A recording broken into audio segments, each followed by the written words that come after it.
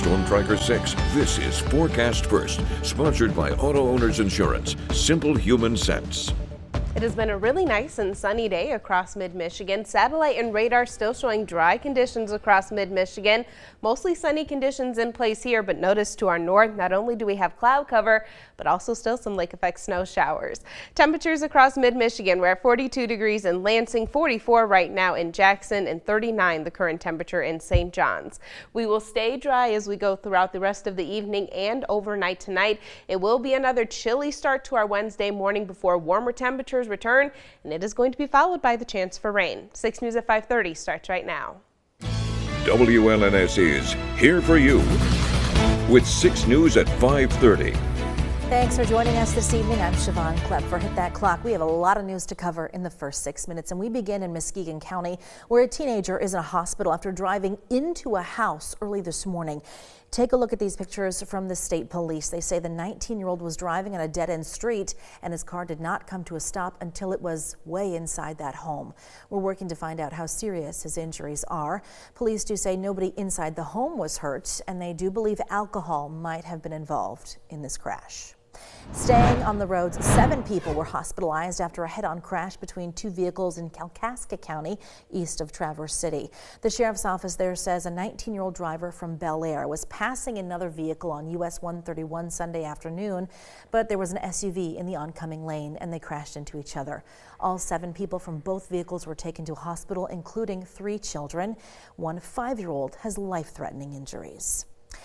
And this was the moment in Kalamazoo County when a sheriff's deputy went up to a man in a truck and a dog jumped out and started biting him. The deputy ended up shooting and killing the dog. The sheriff's office released the video citing concerns from the public. They say the deputy initially stopped the vehicle because it had a stolen license plate. The deputy was not hurt and they arrested the man. In another dog-related incident, police in Colorado say a 76-year-old woman was killed by dogs that were loose in her home. Sheriff's officials say there were more than 24 dogs on the property, either running loose or in cages. The woman's 47-year-old daughter was also living at that home, and they say she left her mom alone to run errands. Police arrested the daughter, and tonight she is charged with criminal negligence resulting in death and 54 counts of animal cruelty. Moving to Kansas, where officials say a highway patrol trooper rescued a kidnapped 6-year-old girl. This happened back in February. They say the girl had been taken a month earlier. The trooper had stopped the vehicle with 2 men in their 60s inside and say one of them had an outstanding warrant for kidnapping. The trooper removed the girl from the vehicle safely and arrested the 2 men. Officials are now working to reunite her with her family.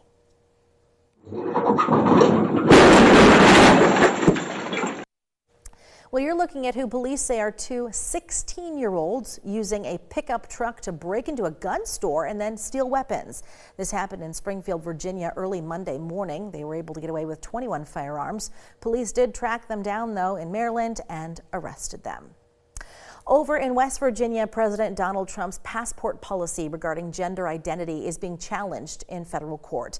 A lawsuit was filed by Ash Orr, a transgender man. He argues the policy of not being able to have a passport that reflects his gender identity has trapped him and others within the U.S. borders, among other problems.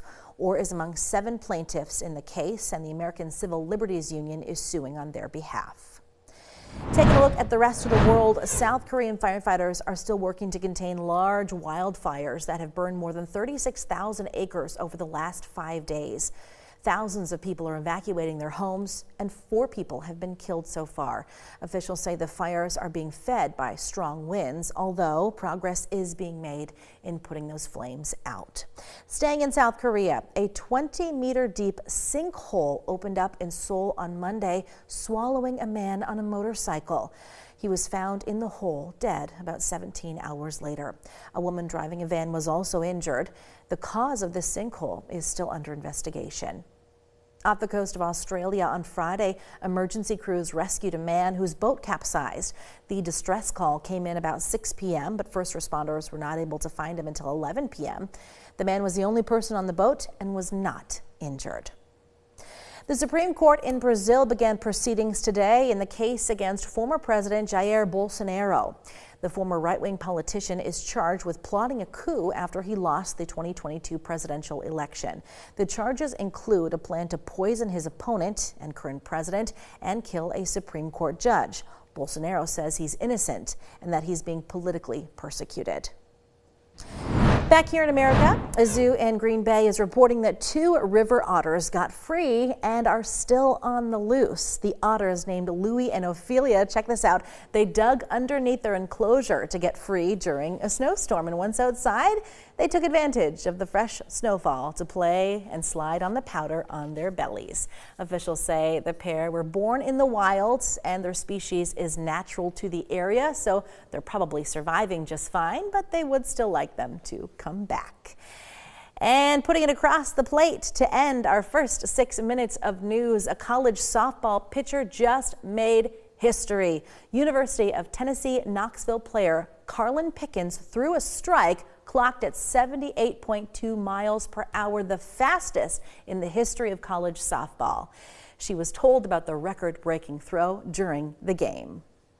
There was a lot of emotions. At first, I was just super excited to celebrate that with my team. It's way cooler finding out that way than, finding out at home after the game. Absolutely. The record was previously set by another Vols pitcher at 77 miles per hour. That was back in 2012, so a lot of time has passed since then. Pickens is also the SEC Pitcher of the Year. And by the way, if you're wondering, the Vols defeated Arkansas by a score of 3-2 on Wednesday. That is incredible. I did play college softball at CMU. That one probably would have went right by me. I've never played a sport, so just even getting up to the bat, I think, would be an accomplishment for me. It's incredible. That's very, very fast. I bet you she'd probably strike out a lot of, college baseball players. Oh, yeah, with some of those 100%. pitches. Yeah. Without a doubt. Strikeout forecast, Kendall? No, we got some high points in there too, so it is kind of a winning forecast in that regard. Okay. Temperatures will keep on warming. There's a lot of sunshine as well, but it is going to be a fairly rainy weekend. Okay, your full forecast after the break. Thank you.